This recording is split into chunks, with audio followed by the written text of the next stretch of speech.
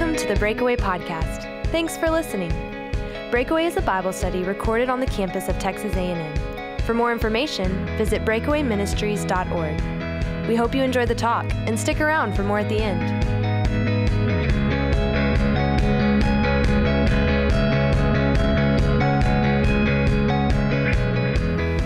Howdy.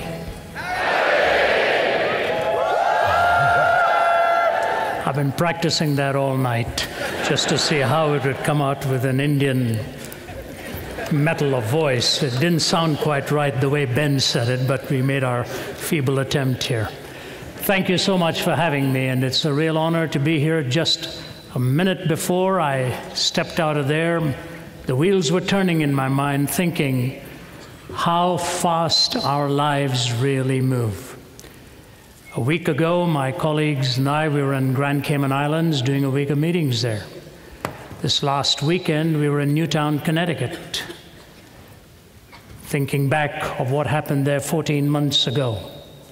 Quite a tough setting, dramatic switch from almost a vacation terrain to soil and roofs that now have 26 stars on them to memorialize the tragedy that took place in December of 2012. From here, day after tomorrow, we move on to speak at the Governor's Prayer Breakfast in Anchorage, Alaska, and following that on to the University of Uppsala in Sweden. And I'm sitting there with the head spinning, thinking to myself, my goodness, how fast life really moves. All of Cayman Island, the Grand Cayman, has 50,000 people in it. It's probably more than that in your university here. Tremendously different challenge that you face in every different setting.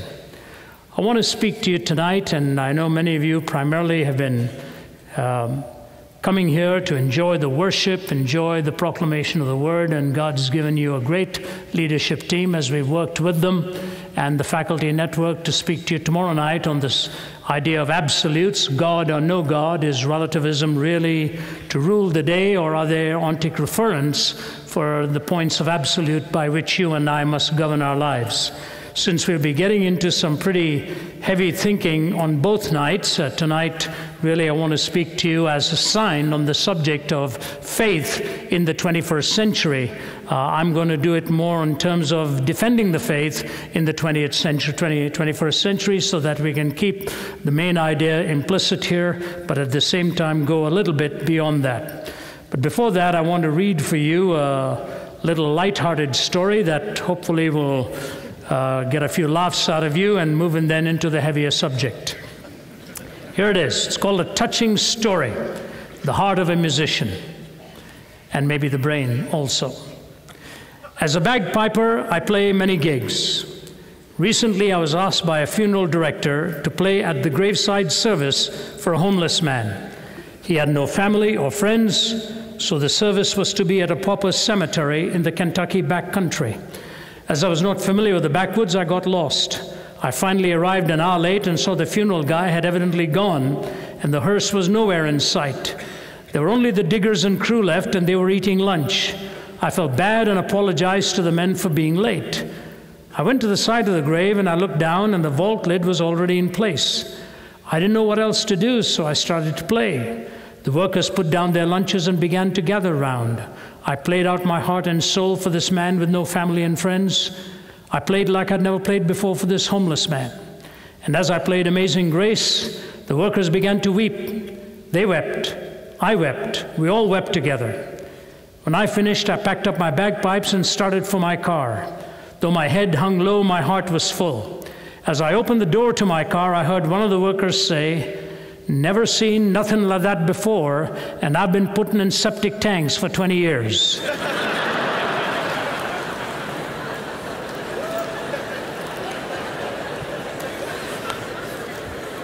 There's nothing like bringing the wrong message at the wrong time, at the wrong place, and being profoundly moved, only to find out it was the wrong audience, the wrong subject, the wrong event.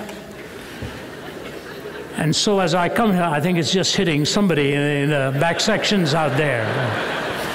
You might be able to replay it and get the full thrust of it.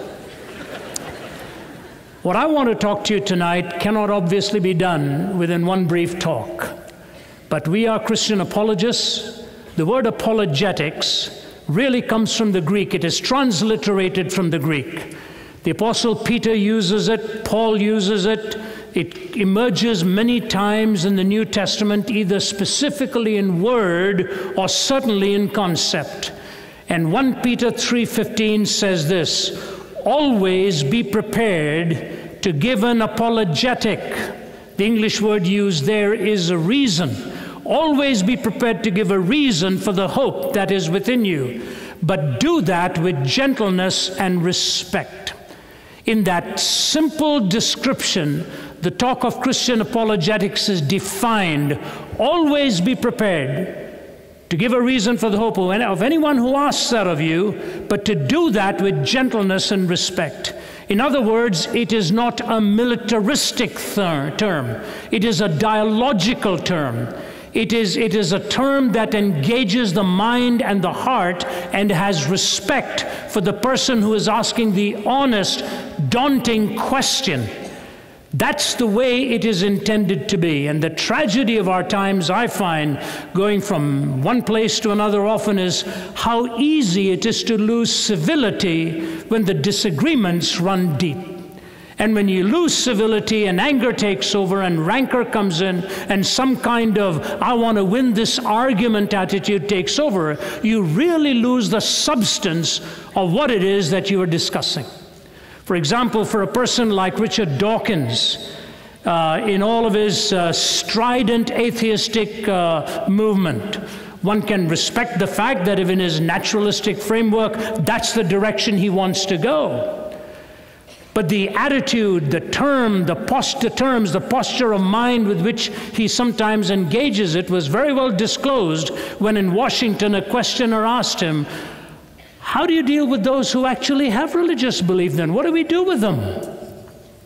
Dawkins looked down and said very simply, mock them, ridicule them. That was his answer. Ironically, he was a professor at Oxford University, the motto of which is "The Lord is my light." Now, somebody said to me, what do you think of it? And rather jestingly, I came back, so taken aback by that, and I said, I would fully support him and tell him he needs to do that, and let him start doing that mocking in Saudi Arabia.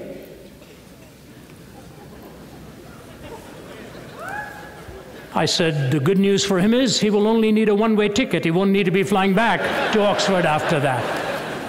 And at least he will find out that not all religious faith is not created equal. How does one respond to a person who exploits the beneficent attitude of an audience that takes the Christian ethic and is willing to engage in dialogue and argument, and obviously mockery and ridicule is not a noble response from any good thinking mind? I want to bring to you this evening, as best as I can, the dramatic changes that have taken place in our world, especially in the West, in the 20th century. There are 4 or 5 extraordinary changes that have taken place, and how then the Christian faith is to be contextualized, presented, defended, and seen as authentic in this plurality of worldviews that we now confront. I was 20 years old when my father, I was born and raised in India, born in Chennai in the south, raised in Delhi in the north, so spoke both of the languages, Tamil from the south and Hindi from the north. My dad worked for the Indian government, and when I was 19 years old, he told me, I just entered university, and he said he was making arrangements to move my older brother and myself over to Toronto to try and study there, build a future there, and if all went well, to move the family over there. So that was in the mid-60s. 1 year later, when I turned 20, my older brother was 22, and I went, and we arrived in Toronto, Canada. And now, having spent over 4 decades of my life in the West, I have to say to you, the changes that I have witnessed in this span of life that I've spent for 4 decades in the West has been absolutely astounding. I've spoken across scores of universities in the Middle East, Far East, and Asia. Never once have I ever spoken at a university, even in the Middle East, where students were holding placards or something blocking my entrance to come in and speak. Never happened. And yet a few weeks ago in one of our Ivy League schools right here in the United States, placards being held to demonstrate against the controversial views. What controversial views? We were there to speak on the defense of the Christian faith. And that very morning from Jakarta, I got an email from somebody who said, I hear you're going to be on one of the Ivy League campuses, and I'm going to be holding you up in prayer, thinking about you as you face a hostile audience in the United States. I said, wow, how things have changed. How does hostility accomplish intelligent interaction? The whole point of education is that somehow, even with our differences, an engaging mind can dialogue, discuss, disagree, especially in metaphysical issues. And yet somehow, at the end of it, even embrace one another and say, I may not be where you're at, you may not be where I'm at, but at least let's affirm each other in our humanity and the privilege we have of thinking these things through, because ultimately the truth will win out at the end. So the changes that have taken place, absolutely incredible. And I want to point out 4 or 5 of them to you and then talk a little bit about how this thing we call the Christian faith, that term alone needs definition. It almost sounds like that it strains credulity to have any religious belief. That faith is one of those terms that has no reason anchored to it. That is not the biblical idea of faith whatsoever. That we must have faith and reason hand in hand, and the rationality of our belief in God can stand the test of any scrutiny. But here it is, the 4 changes that I want to talk about. Number 1 is the popularization of the death of God movement. The popularization of the death of God movement, and the stridency of willing to live with its ramifications. That latter part of the statement is critical to understand.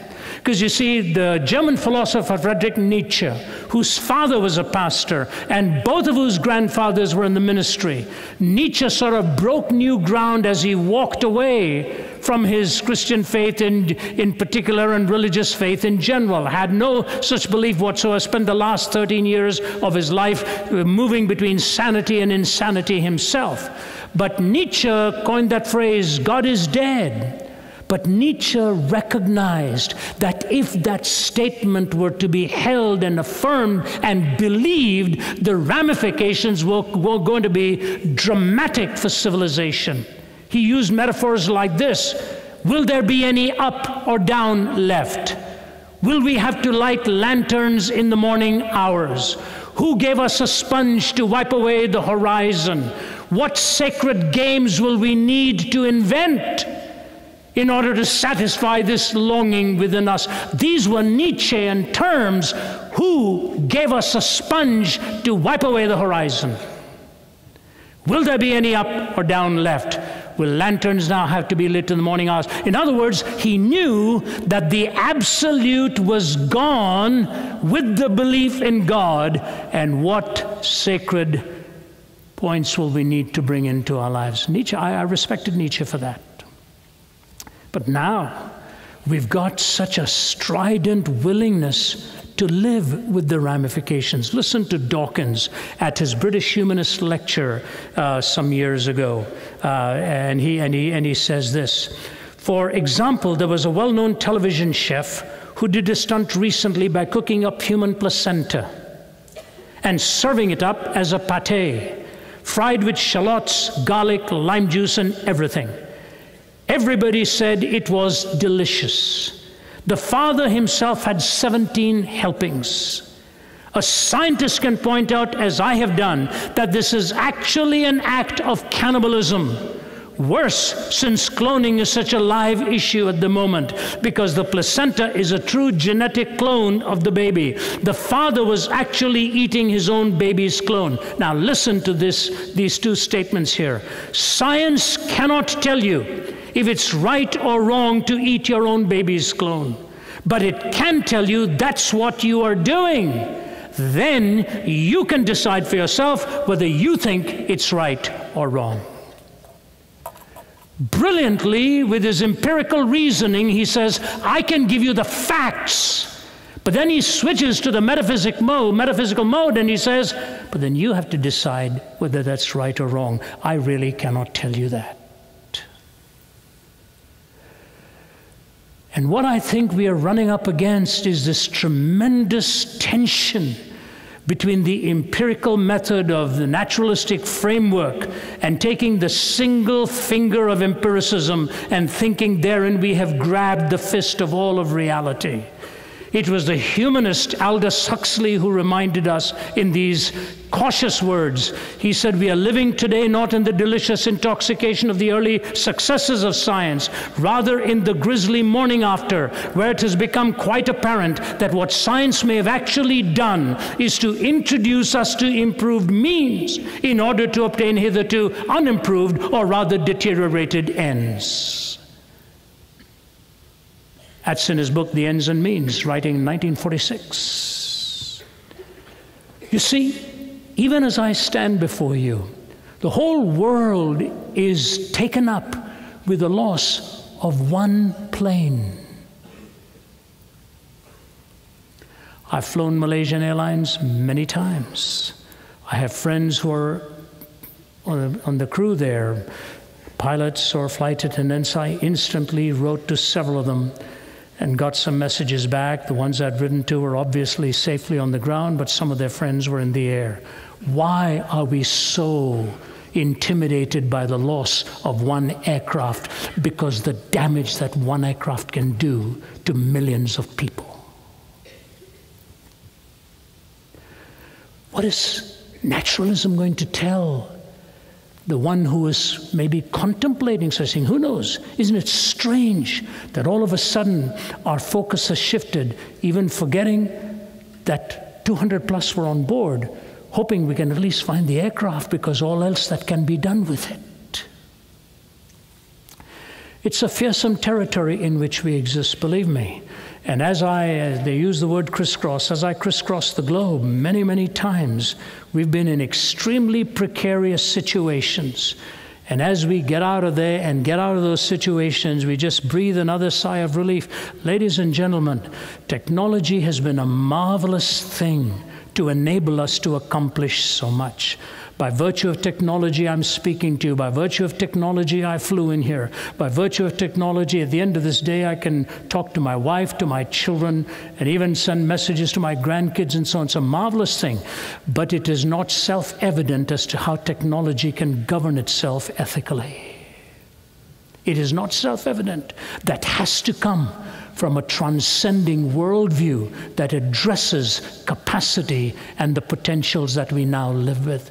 And so when a person like Dawkins and the others talk about the popularization of the death of God and are willing to live stridently with its ramifications, to be honest with you, it's a very daunting prospect.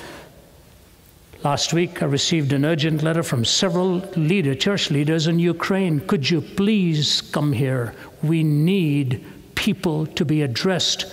Our country is in turmoil. Annexations taking place, and the heavens knows the heartaches and the brokenness and broken lives. You see, we have to think carefully that the death of God can open up a whole world without a horizon, without any up or down, lanterns needing to be lit in the morning hours. Is there any right or wrong left anymore? And so the second change I moved to brings a counter perspective, but with its own treacherous terrain. It is this: it is the gathering storm of religious pluralism that entered the West and disoriented Western culture. There is a good side to this. Pluralism is a good thing because there have to be a competing number of worldviews amongst your options, and then by truth you select which worldview is best. Pluralism itself is a legitimate expression of a diverse society. It has to be, it needs to be. God himself, in sending his Son, entered into a pluralistic society. But here's how the trouble really begins then. Listen to the words of Swami Vivekananda speaking in 1893 when he walked up to the lectern at the Conference of World Religions in Chicago. As far as I remember, he wasn't on the program when I was reading the notes and the history of it, but at least his speech occupied such popularity amongst the audience that it catapulted him into fame in the West, and he was doing the rounds of the universities afterwards. Here's what he said: "We who have come from the East have sat here on the platform day after day and have been told in a patronizing way that we ought to accept Christianity because Christian nations are the most prosperous. We look about us and see England, the most prosperous Christian nation in the world, with her foot on the neck of 250 million Asiatics. We look back into history and see that the prosperity began with the invasion of Mexico. Christianity wins its prosperity by cutting the throats of his fellow men. At such a price, the Hindu will not have prosperity. I have sat here day after day and I've heard the height of intolerance. I've heard the creeds of the Muslims applauded when today the Muslim sword is carrying destruction into India. Blood and sword are not for the Hindu whose religion is based on the laws of love." Courage. Powerful statement. If I were there, I said, "Mr. Vivekananda, I want to ask you a question.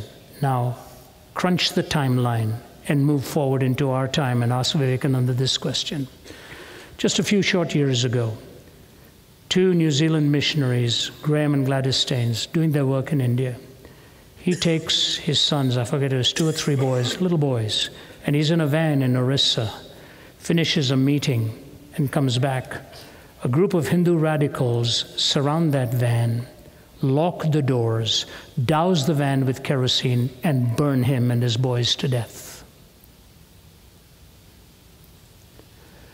Mr. Vivekananda, is that Hinduism? Is that Hinduism? I thought you said it doesn't deal with the sword. You know what he would say to me? That is not Hinduism. And I would say to him, I agree. Now, why do you judge your own belief with its legitimate expression, but you condemn another belief by a caricature and the abuse of it? Augustine said, you never judge a religion by its abuse. So the caricature that he made, the distortion that he made in attacking all of this seemed so powerful at that time. And yet, as you look back on history, you see this huge tidal wave of religious pluralism and the sudden disorientation of Western culture. Let me throw out a real pointed question. I want you to think about this. When you take a statement like this that framed this nation, that we hold these truths to be self-evident, there's natural law right from the beginning. That we're all created equal and endowed by our Creator with inalienable rights. Take that statement, truths to be self-evident, endowed by our Creator with inalienable rights for the pursuit of life, liberty, and happiness. I dare you to ask yourself the question, is there any worldview other than the Judeo-Christian worldview that would have given birth to that statement? See, there's a backdrop to it all. Why did the masses come here? Why did they pour out of many other parts of the world for the pursuit of life, liberty, and happiness, which is the gift because of the intrinsic worth of every human life, which is a God-given to you and to me? You as young students have an incredible future ahead of you that could go in one of 2 different directions. And it's going to be the values that will take America's greatness into the future. If those values are lost, you simply will just have existence, but meaning will be compromised in the process, and truth ultimately decimated. So you see the popularization of the death of God, you see the gathering storm of religious pluralism, and number 3, the power to inform through the visual. The power to inform through the visual. I think this incredible capacity we have to enjoy the beauty on a screen, to see the spectacular sights and events from around the world, It is an incredible gift, but it also lends itself to extraordinary manipulation. William Blake, writing long before television was ever even thought of, said this about the eye, about the eyes. This life's dim windows of the soul distorts the heavens from pole to pole and goads you to believe a lie when you see with and not through the eye. This life's dim windows of the soul distorts the heavens from pole to pole and goads you to believe a lie when you see with and not through the eye. In the Blakean challenge, we are being told we are intended to see through the eye with the conscience. When you end up seeing with the eye, devoid of a conscience, you make a caricature of reality. Because in reality, Simone Weil said, nothing is so beautiful as the good. Nothing so full and continually surprising as the good. Nothing is so monotonous and boring and disappointing as evil. In reality, nothing so enchanting, so perpetually novel as the good, nothing so monotonous and boring and disappointing as evil. She said, but in our imagination, it's the other way around. Fictional good is boring and flat. Fictional evil is varied, intriguing, attractive, and full of charm. To get the point, in fiction, evil becomes attractive. Good becomes monotonous and boring. In reality, it's the other way around. And so, with the eye gate that is now catering to you and to me, and all the havoc that this has created, Ben, I cannot thank you enough and your leadership team for what you've done in raising funds for the needy and the exploited of this world. My daughter Naomi is only yay high. She runs a ministry in our organization called Wellspring International, rescuing women and children from the sex trafficking industry. If you've seen the movie Slumdog Millionaire, that very street that's featured in there is where Naomi first got the calling for her work. And she is, she'll put a little New Testament in her purse and walk into the brothels in Holland, in Bangkok, in Mumbai, pull that curtain behind her as she goes. The girls behind these curtains in Amsterdam now know her, Nimi as we call her. And she'll just talk. They'll turn the light out for 15 or 20 minutes, talk to her. She'll pray with them, talk to them, try to restore some dignity and worth back into their lives, and seen such extraordinary transformations take place. And she told me one day, she's been talking to me about this on and on. She said, Dad, please write a book with me on the devastation of pornography. Please, she said. Because almost everyone I'm dealing with here who ends up being a client or destroying this woman, they've all taken the route of pornography and the devastation to their lives, to other lives, and to the home. And I told her one, I said, honey, I really don't want to get into this stuff and visually. She said, you don't have to do any of that. You just write what it was intended to be, Dad. I'll tell the rest of the story of what I see happening in the real world out there. And now through the eye gate, 11, 12, 13-year-old boys are being destroyed, that the price for which will be paid in years to come, possibly ultimately even victimizing their marriages and their homes. The visual is a powerful medium, but extremely seductive. Extremely seductive. That's why Jesus said, let your eye be single. The eye is the lamp of the body. If the light within you becomes darkness, how great is the darkness indeed?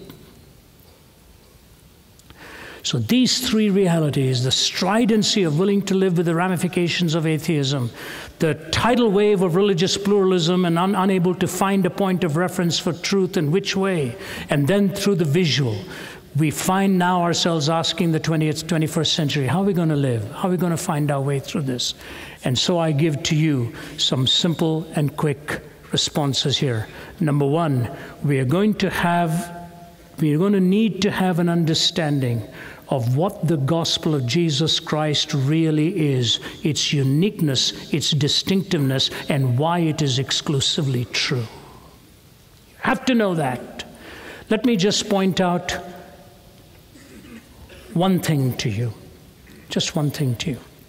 I was talking to one of the 4 founders of Hamas. His name is Sheikh Talal. Let me introduce it this way and then expand on this for you. I was with the former Archbishop of Canterbury from England on a mission to talk to the religious leaders on both sides of the Middle Eastern conflict, and we'd spent time with many of them. And the last day, we had Sheikh Talal, one of the 4 founders of Hamas, solidly built guy. Family members had been involved in suicide bombings and all of this, tough individual. At the end of it, we were allowed to ask him one question, all 5 of us. The Archbishop was the lead man in the dialogue. The 5 of us were allowed to ask him one question. Since it was a private meeting, I won't betray the question, but I will tell you my response to his response. After he answered it, I said, Sheikh, my name is Ravi Zacharias. You and I may never cross paths again. Thank you for a meal. Thank you for your home, your family. You've been a wonderful host, but I didn't like your answer. I didn't like your answer, Sheikh. You have to know that. I said, let me just say this to you. Not far from where you and I are sitting is a mount up which 5,000 years ago a man by the name of Abraham took his son to offer as a sacrifice, expressing his faith in God. Do you remember the story? He said, yes, I do. I said, let's not argue which son. Let's just agree he took his son up there. He said, okay. I said, he took his son up there, and as the axe is about to come down, God stops his arm. Do you remember that? He said, yes. I said, what did God say? He said, I don't know. I said, you should. I said, God said, stop. I myself will provide. He said, that's right. I said, Sheikh Talal, 2,000 years ago, on a hill very close to where you and I are sitting, God kept that promise and took his own son up that hill, and that time the axe did not stop.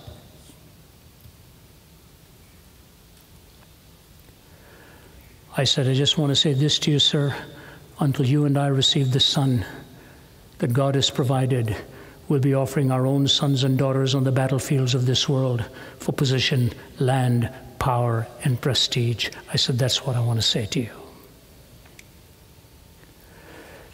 The room was full of tobacco smoke, and it was like a greater cloud suddenly descended.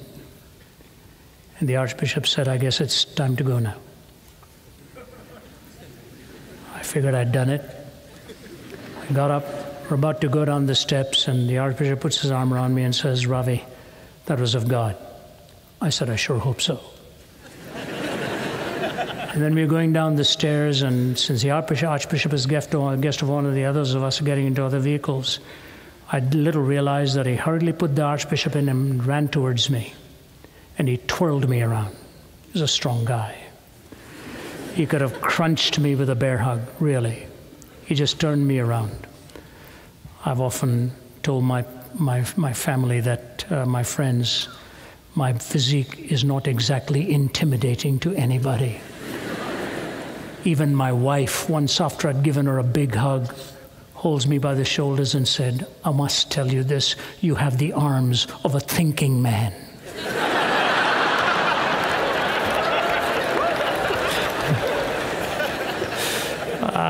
She's Canadian. What do you do with such unsubtle humor?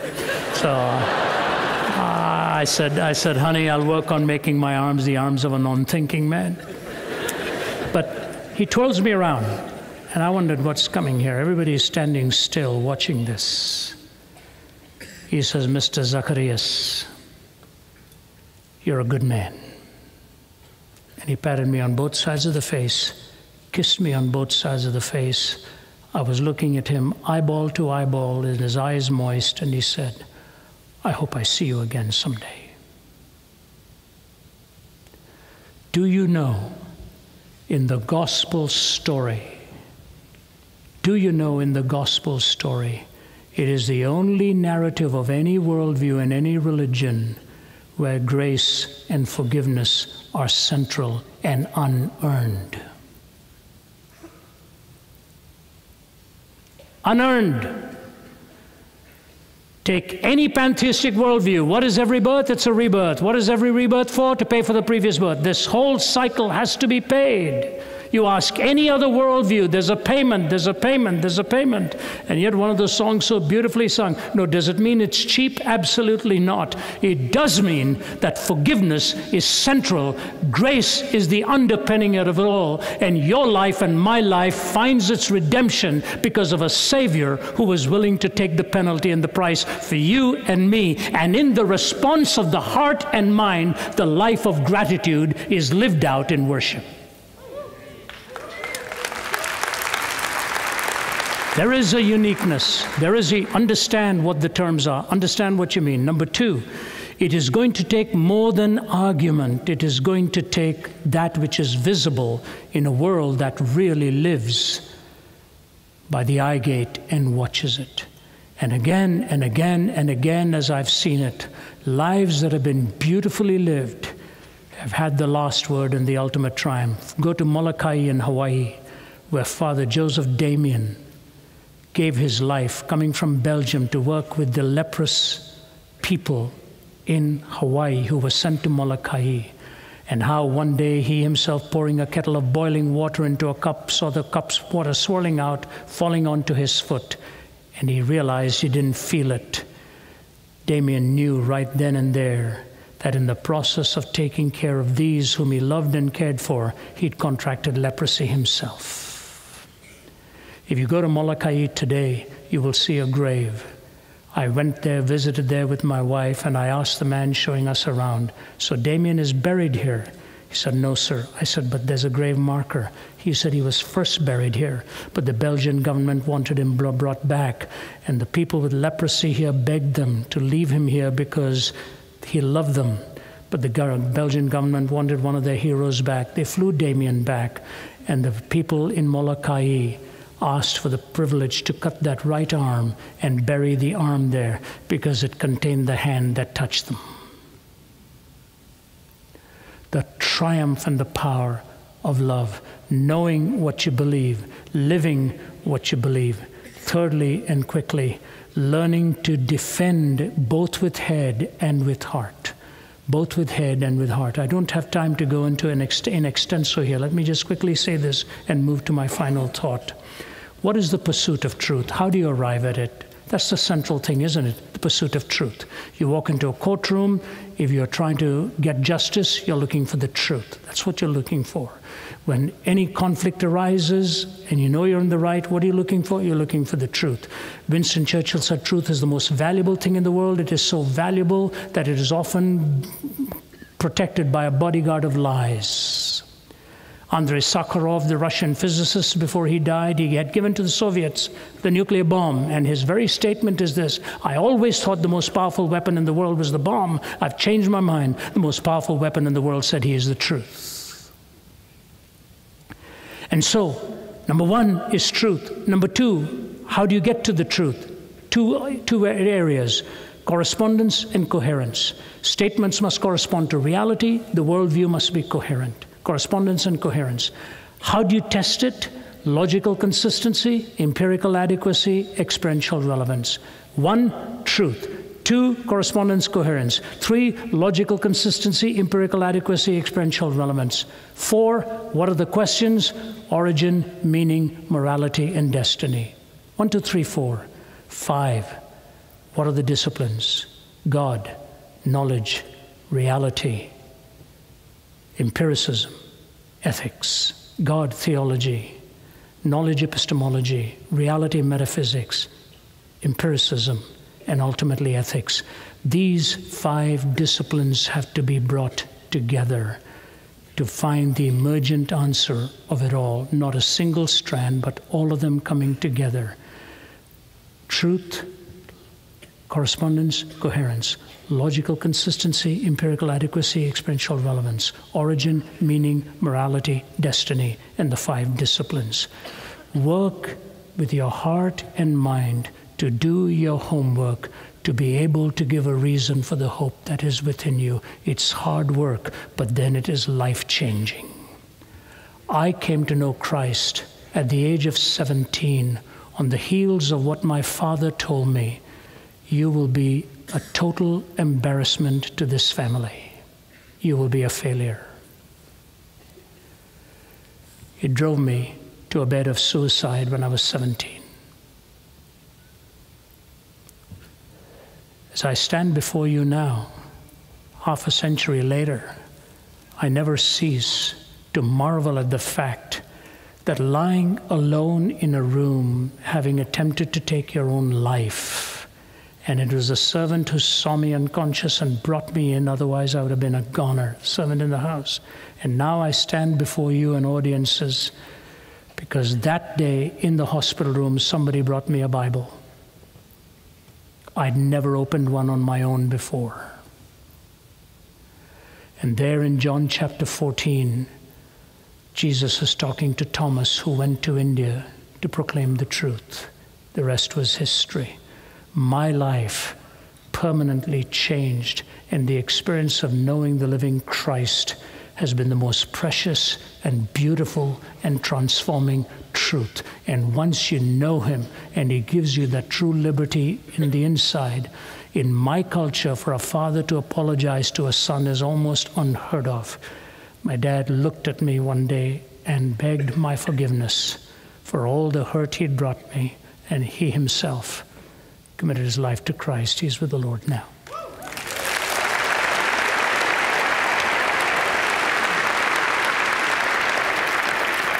What is the final strand? What is the final strand? Your faith, your hope in Christ answers the one question that the Greeks tried desperately to answer but could not find an answer for. What is it? How do you find unity in diversity? That's why America was created, by the way, e pluribus unum. And that's why universities were created, to find unity in diversity. It's been the pursuit of learning, of cultures, countries, and so on. And what I want to close with is this, is that the unity and diversity that we seek on the outside will never be found until we find unity in diversity on the inside. Where do we find that? Archbishop William Temple gave us the definition of Christian worship. Worship is the submission of all of our nature to God. It's the quickening of conscience by his holiness, nourishment of mind by his truth, purifying of imagination by his beauty, opening of the heart to his love, and submission of will to his purpose. All this gathered up in adoration is the greatest expression of which we are capable. Quickening of conscience by his holiness, mind by his truth, imagination by his beauty, heart to his love, and will to his purpose. All this coming together from diversity into unity is the greatest expression of which we are capable. And so when you gather like this on this Tuesday night here, and do so regularly, to be ministered to in song, and to lift your hearts and your imagination, and to be blessed in the stirring of the innermost being with the strains of music, and then listen to the word to touch the mind and find that bridge and walk out of here to be connected with life itself every day. Worship is ultimately coextensive with life. If we are going to live in this 21st century with any impact, we are going to have to live with that kind of an impact where worship is coextensive with my life. Charles Wesley wrote this hymn, and with this I close, and I just want to say, you've given me a great honor by giving me a hearing. And I want to thank you so much for taking these couple hours on this weeknight when you could be doing so many other things to come here. I never take any speaking engagement for granted. In fact, I die 1,000 deaths before any one of them comes, actually. It's a daunting thing to which I've been called, but the gratitude and affirmation that people like you give keeps us going, and I really want to thank you for taking the time to be here.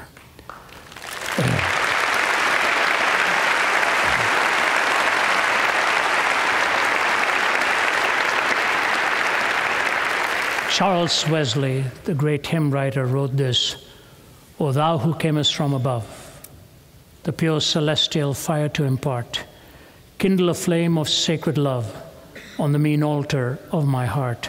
There let it for thy glory burn, with inextinguishable blaze, and trembling to its source return in humble prayer and fervent praise. Jesus, confirm my heart's desire to work and speak and think for thee. Still let me guard the holy fire, and still stir up thy gifts in me. Ready for all thy perfect will, my acts of faith and love repeat, till death thy endless mercy seal, and make my sacrifice complete. To work and speak and think for thee. May God richly bless you in the daunting 21st century, with the stridency of a naturalism, with the confusion of religious pluralism, with the seduction of the eye. You must know what you believe. You must know how to live it and defend it, and ultimately find that confluence of all that God has created for within your own heart, and build a community of men and women who will honor God and have an influence on society around them. God bless you here at Texas A&M, and may He give you your best and greatest years ahead as an institution and as an individual. Thank you for having us here. God bless you.